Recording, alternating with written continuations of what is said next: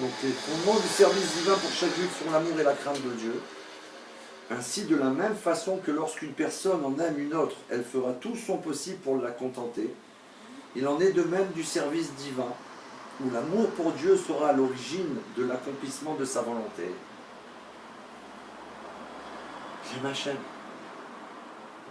Qu'est-ce qu'il attend de moi? Alors, dans les blés noirs,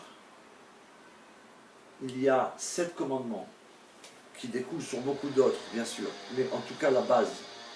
Et on voit que dans les 7 commandements, il y en a 6 qui sont négatifs, de ne pas faire, et un qui est positif. S'il n'y en a qu'un seul qui est positif, comment je peux aimer Hachem? Parce que l'amour d'Hachem, c'est positif, mitzvot positif, on l'a vu.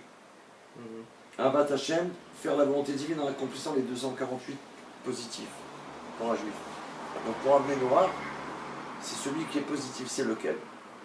Faire des tribunaux dans chaque ville pour faire respecter les 7 lois de Noé qui sont la Torah divine.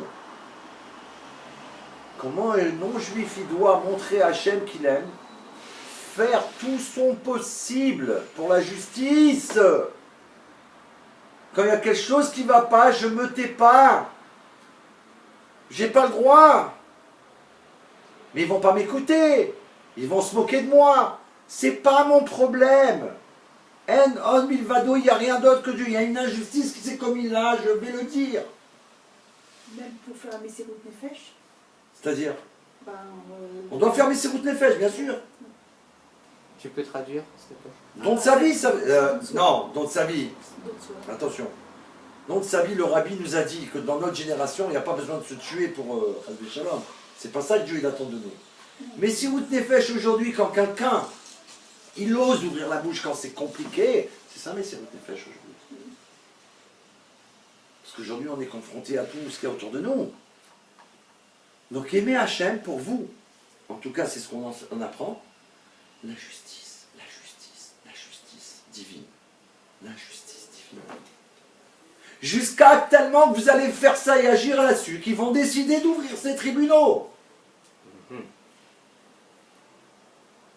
Et que les gens, grâce à vous, avec Messirut Nefesh, ils vont sortir tranquilles dehors. On croit en Dieu, ok, mais Dieu, il faut qu'on fasse un Kéli. Je crois en Dieu, il va me sauver. Je marche dehors, il y a un précipice, je rentre dedans. Quoi, Dieu, tu ne m'as pas sauvé? Mais il ne m'a pas demandé de me tuer. Je te protège à condition que tu respectes les lois du monde. La justice. Et d'ailleurs, c'est intéressant, c'est la dernière loi qui est mentionnée par, selon un avis, c'est la dernière. La justice. Ouais.